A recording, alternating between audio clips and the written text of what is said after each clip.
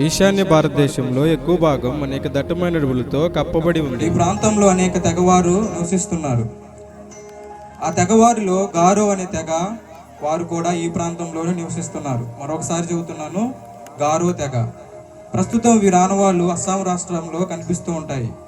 నిజంగా వీరు భయంకరమైన మూఢనమ్మకాలతో జీవిస్తుండేవారు. బయటి వారు ఎవరిని తమ ప్రాంతానికి రానిచ్చేవారే కాదు. పొరపాటున ఎవరైనా వచ్చినా బ్రతకనిచ్చేవారు కాదు. వారి నరమాంస భక్షకులు. వెళ్ళిన వెంటనే వాళ్ళని చంపి తినేసే అలాంటి తెగ అన్నమాట. కానీ ఎంతటి కఠినాత్ములైన క్రీస్తు ప్రేమకు దాసోహం అవ్వాల్సిందే. మరి వీరికి క్రీస్తు ప్రేమ ఎలా తెలిసింది, ఎవరు వీరికి క్రీస్తుని పరిచయం చేసింది అనేది మనం ఇప్పుడు ఈ స్కిట్లో చూద్దాం.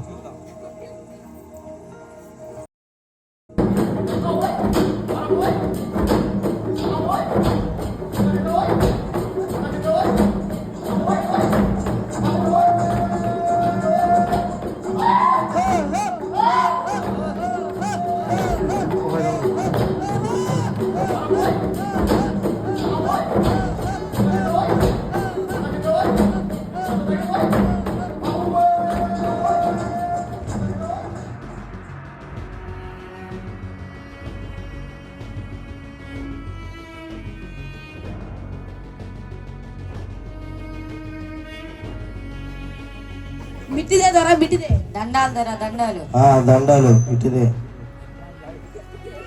అరా ఏంటి గూడెల సంగతి? సెలవివ్వండి ధర. నేను విన్నది నిజమేనా? ఏమిటి ధర? ఎవరో చాలా మంది తెల మిషనర్లు వచ్చి ప్రతి గూడెం తిరిగి ఎవరో క్రొత్త దేవుని గురించి చెప్తున్నారంట, నిజమేనా? అవును ధర. నేను అడుగుకుండా వెళ్తుంటే తెల్లైన కనిపించి ఇదిగో దీన్ని ఇచ్చారు. దీన్ని బైబుల్ కానీ నా చేతిలో నుండి అడవడై ధైర్యం నీకు.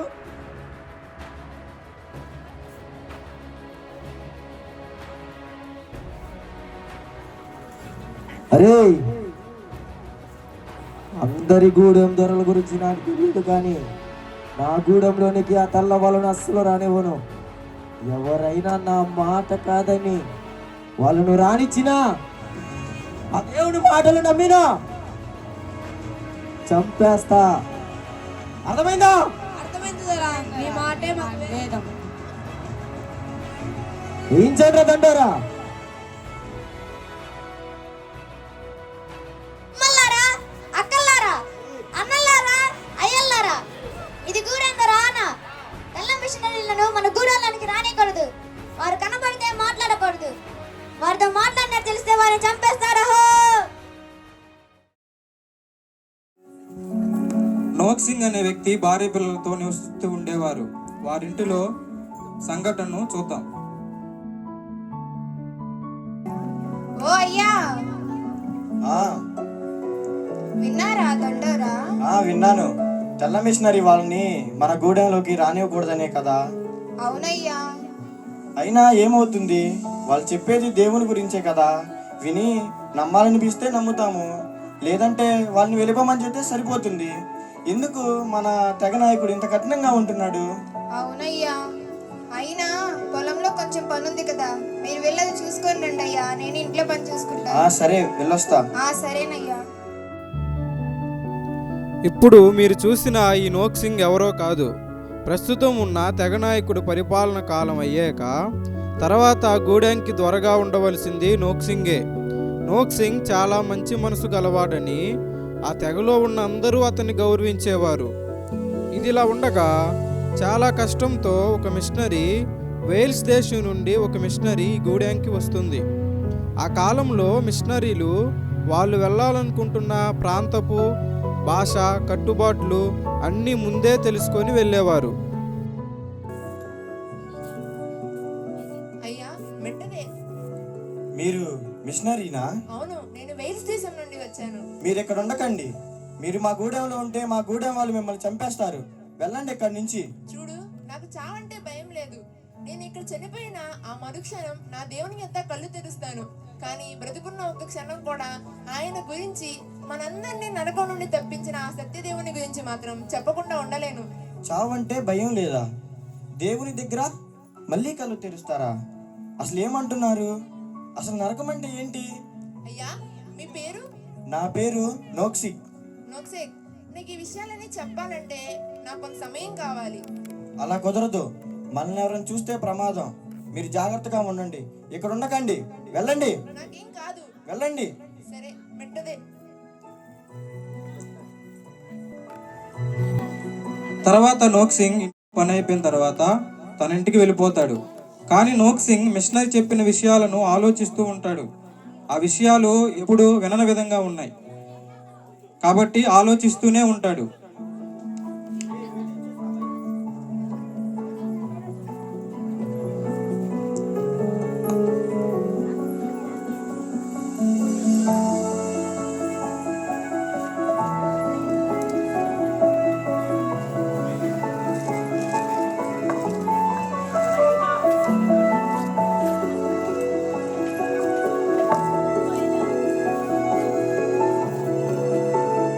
అయ్యా, వచ్చావా? అయ్యిందా పని? ఓ అయ్యా, ఆ, ఆ, ఆ. అయ్యిందా పని? లేదు, అవలేదు. రేపు ఉంది, రేపు వెళ్ళి చెయ్యాలి. అవునా అయ్యా? సరే, మీరు వెళ్ళి శుభ్రపరచుకోనండి, మనం భోంచేసి పడుకుందాం. పిల్లలు ఇలా రండి. అబ్బా కాయలు తెచ్చావా? తెచ్చాను. అవిటో ఏ దొరికాయి. ఎలా ఉన్నాయి? చాలా రుచిగా ఉన్నాయి. సరే, వెళ్ళి ఆడుకోండి. సరే.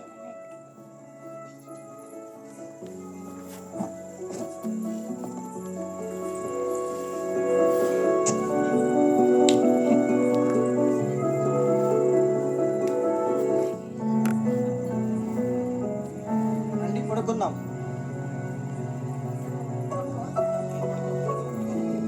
ఇది మరుసటి రోజు జరుగుతున్న సంఘటన. పొలంలో పని ఉంది కదా, అది వెళ్ళి చేసుకొని వస్తాను. అలాగే అయ్యా. ఇది మరుసటి రోజు జరుగుతున్న సంఘటన. మళ్ళీ నోక్సింగ్ పొలంలో పని చేసుకుంటాకి వెళ్తాడు. నా మిషనరీ వస్తే బాగుండు. దేవుని గురించి తెలుసుకోవాలి. నోక్సేక్, మెట్టదే. నిన్న నాతో మాట్లాడింది మీరే కదా? అవును, నేనే. అవును, నిన్న ఏదో దేవుని గురించి చెప్తామన్నారు. ఇప్పుడు చెప్తారా? చెప్తాను. ఎందుకు చెప్పను? ఖచ్చితంగా చెప్తాను. కానీ మీ ప్రశ్నలన్నిటికీ సమాధానం చెప్పాలంటే నాకు కొంత సమయం కావాలి. అలాగే. కానీ ఇక్కడ ఉంటే మన గూడే వాళ్ళు చూస్తే మనల్ని చంపేస్తారు. పక్కనే మా ఇల్లు. పదండి వెళ్దాం. అలాగే. అలాగా ఆ నోక్సింగ్ దేవుని గురించి తాను విన్న కొత్త సంగతుల గురించి తెలుసుకుంటాకి ఆ మిషనరీని తన ఇంటికి తీసుకెళ్తాడు.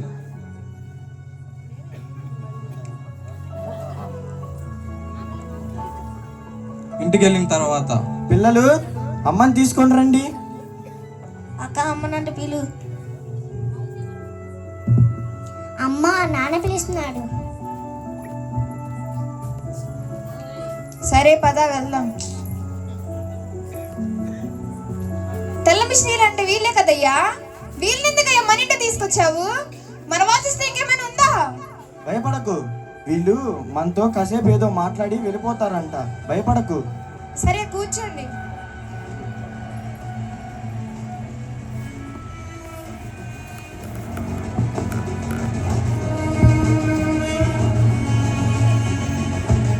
మాకు చావంటే ఎంతో భయం. కానీ మీరు చనిపోయినా మళ్ళీ బ్రతుకుతామంటున్నారు. అసలు ఏంటిది అది? నోక్సేక్, మనం ఈ భూమి మీద బ్రతుకుతున్న బ్రతుకు అసలు బ్రతుకే కాదు. బ్రతుకు అనేది మనం చనిపోయిన తర్వాతే ప్రారంభమవుతుంది. అలా ఆ బ్రతుకు మనకు కావాలంటే అది ఈ భూమి మీద మనం బ్రతికే విధానాన్ని బట్టే ఆధారపడి ఉంటుంది. అది పరలోకమా లేదా నరకమా అని. అసలు పరలోకం అంటే ఏంటి? అసలు ఈ నరకం అంటే ఏంటి? పరలోకం అంటే అదొక సుందరమైన ప్రదేశం. అక్కడ ఇలాంటి కష్టాలు, ఇలాంటి బాధలు ఏమీ ఉండవు. అదే నరకం అనుకో, ఎన్నో కష్టాలు, ఎన్నో బాధలు, ఎన్నో ఇబ్బందులు, చాలా భయంకరంగా ఉంటుంది. అలాంటి నరకం నుండి తప్పించుకోవడానికి ఒకే ఒక్క మార్గం యేసుక్రీస్తుని ఆశ్రయించడం. అదేంటి? యేసుక్రీస్తుని మాత్రమే మేము ఎందుకు ఆశ్రయించాలి? మాకు మా దేవుళ్ళు ఉన్నారుగా. టాట్రా, రాక ఉన్నారు కదా. మమ్మల్ని వాళ్ళు నరకం నుండి రక్షిస్తారు కదా. వాళ్ళు మనల్ని నరకం నుండి రక్షింపలేరు. ఎందుకంటే వాళ్ళు నీ కోసం, నా కోసం తమ ప్రాణాలను పెట్టలేదు. మన ప్రభువైన యేసుక్రీస్తే నీ పాపం కొరకు నా పాపం కొరకు తన ప్రాణాన్ని త్యాగం చేశాడు కనుక మనం యేసుక్రీస్తుని నమ్ముకోవాలి. యేసుక్రీస్తు ప్రాణత్యాగం చేస్తే మన పాపాలు ఎలా పోతాయి? మీకు అర్థమయ్యేలా చెప్తాను వినండి. ఒక ఊరిలో ఒక న్యాయాధికారి ఉన్నాడు. అతనికి ఒక కొడుకున్నాడు. అతను తన తండ్రి ఆస్తిని అనుభవిస్తూ ఎంతో విచ్చలవిడిగా తిరుగుతున్నాడు. ఇదిలా కొనసాగుతుండగా ఒకరోజు అతను బయటికి వెళ్ళి వేరే వాళ్ళతో గొడవపడి వాళ్ళందరినీ కొట్టి వస్తాడు. అయితే వాళ్ళందరూ వచ్చి ఆ న్యాయస్థానంలో ఫిర్యాదు చేస్తారు. ఆ మరుసటి రోజు ఆ ఫిర్యాదు చేసినప్పుడు తన కొడుకుకి ఎలాంటి శిక్ష ఆ తండ్రి వేస్తాడు అని ఆ ప్రజలందరూ ఎదురు చూస్తూ ఉంటారు. అయితే ఆ న్యాయాధికారి తన కొడుకు చేసిన విషయాలన్నిటినీ పరిశీలించి తనకి 40 కొరడా దెబ్బలను శిక్షగా విధిస్తాడు. ఇది చూసిన ఆ కొడుకు, అరే మా తండ్రి నాకెలా శిక్ష విధించాడు, తను అనుకుంటే ఆ శిక్షను మార్చొచ్చు కదా అని తన కొడుకు అనుకుంటాడు. కానీ తన కొడుకు ఇంతలో సైనికులు వచ్చి తన కొడుకుని 40 కొరడా దెబ్బలు కొట్టడానికి తీసుకొని వెళ్తారు. అయితే అప్పుడు తన తండ్రి కూడా వెనకాలే వెళ్ళి నా కొడుకుని కొట్టద్దు, ఆ కొరడా దెబ్బలు నన్నే కొట్టండి అని తన తండ్రి ఆ కొరడా దెబ్బలను తింటాడు. అలాగే యేసుక్రీస్తు కూడా మనందరి పాపాల నిమిత్తం తన భుజాల మీద వేసుకొని మనమందరం పరలోకం వెళ్ళటానికి ఆయన మనందరి నిమిత్తం మరణించి సిలువలో మరణించి తన ప్రాణాన్ని అక్కడ ఇచ్చి మనందరి కోసం తిరిగి లేచాడు. మీరు చెప్పింది కొద్దిగా అర్థమైందమ్మా. కానీ ఒకటి మాత్రం నిజం, మేము చాలా చెడ్డవారము, ఎన్నో పాపాలు చేసిన వారము. మరి చెప్పు నోక్సే. మేము చాలా చెడ్డవారము, చాలా పాపాలు చేసాము. అంటే మా తెగ కాని వారిని మా చేతులతో మా బల్యాలతో పొడిచి చంపేసి వాళ్ళని తినేసాము. అంత పాపం చేశాము మేము. మరి మమ్మల్ని కూడా ఈ దేవుడు రక్షిస్తాడా? ఎందుకు రక్షిస్తాడు నోక్సేక్? నీవు నీ పాపాలన్నిటి ఒప్పుకొని ఆ దేవుని ఎదుట మోకాళ్ళేసి మమ్మల్ని క్షమించమని వేడుకుంటే తండ్రి తప్పకుండా క్షమిస్తాడు. దానినే ప్రార్థన అంటారు. రండి మనమందరం కలిసి ప్రార్థన చేద్దాం.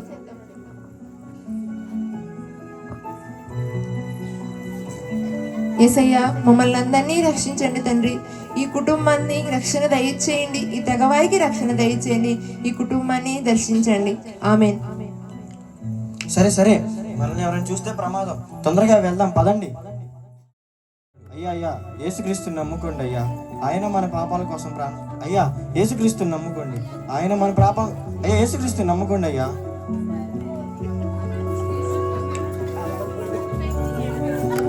అయ్యా మన పాపాల కోసం ప్రాణం పెట్టి తిరిగి లేచిన ఆయనే యేసుక్రీస్తుని నమ్ముకోండి అయ్యా, యేసుక్రీస్తుని నమ్ముకోండి అయ్యా. ఇలాగా నోక్సింగ్ తెలుసుకున్న విషయాలను తన గూడెంలో కొంతమంది చెబుతూ ప్రయత్నం చేస్తూ ఉంటాడు.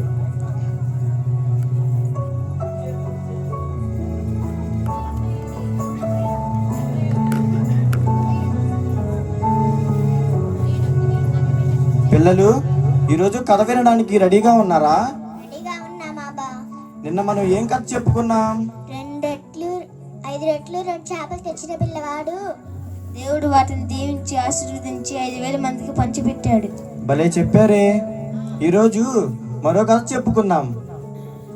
నా నోక్సింగ్ దేవుని కృపలో ఎదుగుతూ ఉంటాడు. ఈ సంగతిని ఆ గూడెం ద్వారా పనివాడు చూస్తాడు.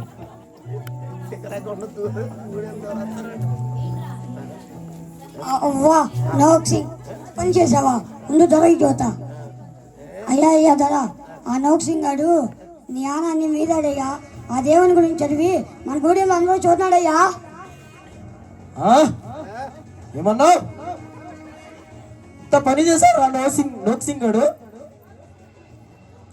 వాడిని నా తర్వాత గూడానికి దూరం చేద్దామనుకుంటే వాడు ఈ పని చేశాడు. వెంటనే రేపు అందరినీ పంచాయతీకి రమ్మని చెప్పండి. ఆ నోక్సింగ్ గారికి చెప్పండి, వాడుగా దేవుని వదిలిపెట్టకపోతే నా చేతిలో చస్తాడని చెప్పండి. అర్థమైందా? ఆ నోక్సింగ్ గారి కుటుంబం రాకపోయిందా నీకుంటదిరా.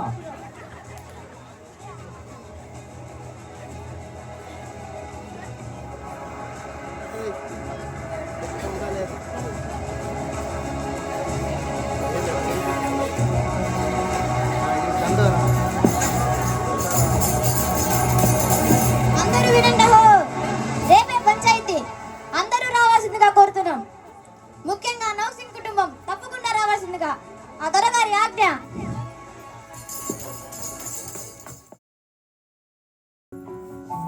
అందరూ ఆ దండోర విన్నారు కదా. రేపు మనం అందరి ముందు నిలబడాలి. మనల్ని వాళ్ళు ఏం చేసినా మనం వాళ్ళని చేయకూడదు. మనం బైబిల్లో చదువుకున్నాం కదా, స్టెఫెను శిష్యులు వాళ్ళని దేవుడు వదిలేయమని బెదిరించినా చంపేస్తామన్నా వాళ్ళు దేవుణ్ణి విడిచిపెట్టలేదు. అలాగే మనం కూడా రేపు అక్కడికి పంచాయతీ దగ్గరికి వెళ్ళినప్పుడు వాళ్ళు చంపేస్తామన్నా ఏం చెప్పి బెదిరించినా వదలము అని చెప్పాలి. గుర్తుపెట్టుకోండి, వాళ్ళు మనల్ని ఏం చేసినా వాళ్ళని ఏమీ అనకూడదు. ఎందుకంటే మనం పరలోకం వెళ్ళడానికి సిద్ధంగా ఉన్నాం. వారి రక్షణ కొరకు ప్రార్థించాలి. పిల్లలు, మీకు యేసుక్రీస్తుని చూడడం ఇష్టమే కదా? ఇష్టమే అబ్బా.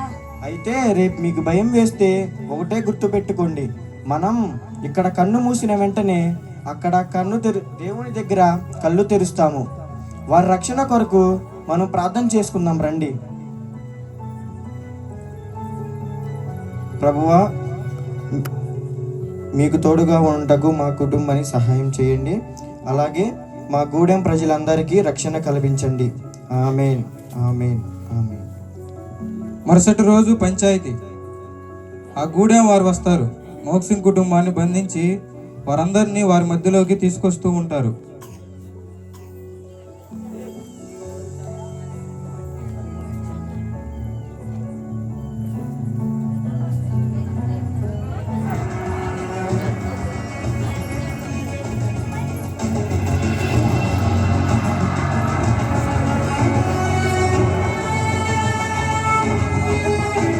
పద పండి పండి ఇస్తున్నారు పదండి.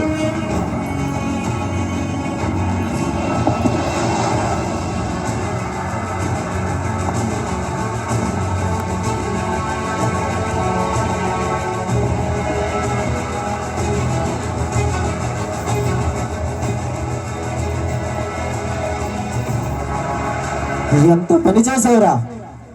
నిన్ను నమ్మి మన గూడానికి దూరం చేద్దామనుకుంటే మన జాతికే ద్రోహం చేసావు నువ్వు. మన టాటా రాక దేవుళ్ళకే ద్రోహం చేశారు మీరు. కాదు, వారు నిజమైన వారు కాదు. యేసుక్రీస్తే నిజమైన దేవుడు. మన పాపాల కోసం ప్రాణం పెట్టి తిరిగి లేచింది ఆయనే. యేసుక్రీస్తే నిజమైన దేవుడు.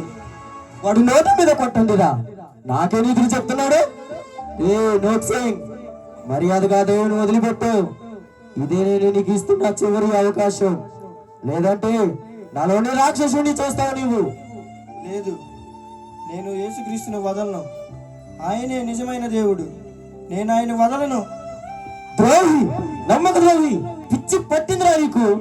మర్యాదగా దేవుని వదిలేయి, లేదంటే నీ పిల్లలను చంపేస్తా. లేదు, నేను ఆ పని చేయలేను. నేను దేవుణ్ణి వదలను. చంపేయండి వాళ్ళ పిల్లలని. వద్దు, నా పిల్లల్ని కొట్టద్దు. చెప్పు నోక్సిక్, కొట్టద్దని చెప్పు నోక్సిక్. నా పిల్లల్ని కొట్టద్దు. చెప్పు నోక్సిక్, నా పిల్లల్ని కొట్టద్దని చెప్పు నోక్సిక్. చెప్పు నోక్సిక్, నోక్సిక్ చెప్పు నోక్సిక్. నా పిల్లల్ని కొట్టద్దు, నా పిల్లల్ని కొట్టద్దు. ఏడిరాని దేవుడు ఎక్కడా?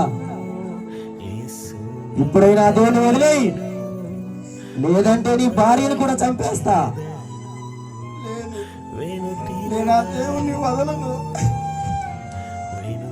చంపేటోళ్ళు కూడా భార్యను కూడా. నా పిల్లల్ని దేవా, దేవా.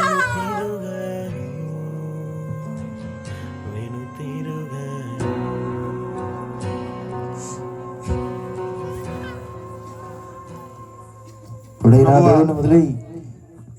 వీళ్ళు ఏం చేస్తున్నారు వీరికి తెలియట్లేదు.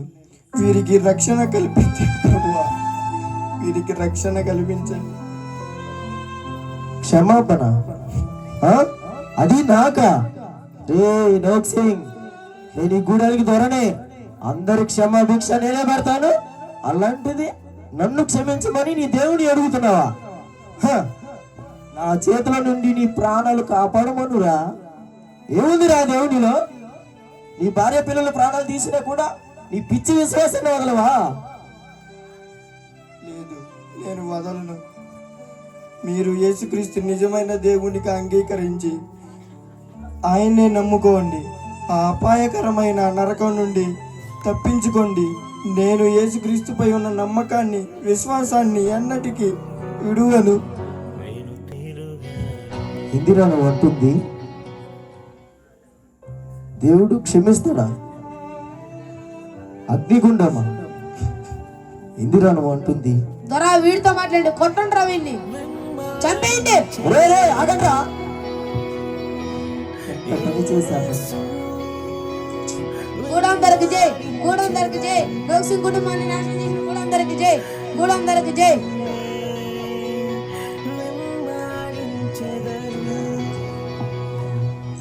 అరే లేదురా, ప్రాణాలు పోతున్నా ఎందుకు రావాలి?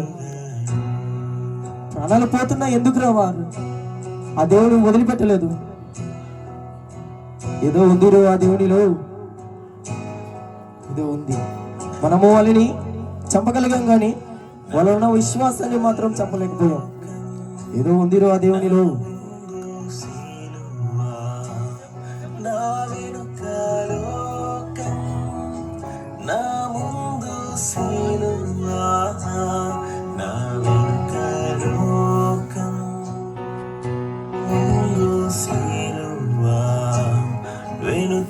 ఏది వాళ్ళ బైబిల్ ఇలా ఇవ్వు.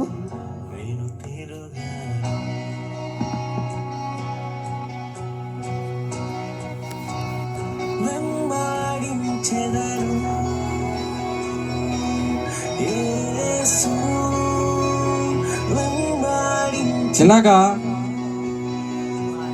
ఆ గూడెం ద్వారా కూడా ఈ మరణాల ద్వారా దేవుని అరే ఇక నుంచి ఈయనే మన దేవుడు, మన అందరి దేవుడు. ఈయనే మన అందరూ నమ్ముకోవాలి. ఈయనే మనకి, ఇంకా మన గూడానికి అందరికి చెప్పండి, ఈయనే మన నిజమైన దేవుడు.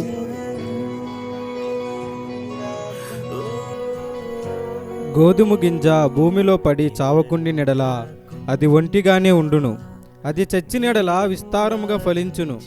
ఈ వాక్యం నెరవేర్పును మనం వీరి నలుగురిలో ఈ కుటుంబం మరణం ద్వారా చూడగలిగాము. వారు చనిపోయిన తర్వాత వారి విశ్వాసాన్ని చూసిన తెగ నాయకుడు మారి యేసుప్రభుని సొంత రక్షకుడిగా అంగీకరిస్తాడు. వారి తెగ అంతా కూడా రక్షణలోకి నడిపించబడతారు. ప్రస్తుతం గారో తెగవారు గురించి గూగుల్లో సెర్చ్ చేసినా కానీ వారి ఆరాధ్య దైవం యేసుక్రీస్తే. అప్పటి నుండి వారి తరతరాలు యేసుక్రీస్తునే వెంబడిస్తూనే ఉన్నాయి. ఇప్పుడు సెర్చ్ చేసిన హిమాచల్ ప్రదేశ్, అస్సాంలో గారో తెగవారు 2012 లెక్కల ప్రకారం 90% క్రైస్తవులే. ఇప్పటికైతే 98% అయి ఉండవచ్చు. ఈ స్కిట్కి త్యాగపు ప్రతిధ్వని అని పెట్టడానికి గల కారణం ఏంటంటే యేసుక్రీస్తు మన కోసం చేసిన త్యాగం, ఆ త్యాగం వల్ల మారిన ఒక కుటుంబం, ఆ కుటుంబం త్యాగం ద్వారా మారిన గూడెం. అందుకనే త్యాగపు ప్రతిధ్వని అని పెట్టడం జరిగింది. Thanks to my team. చూసిన మీ అందరికీ యేసుక్రీస్తు నామములో వందనాలు.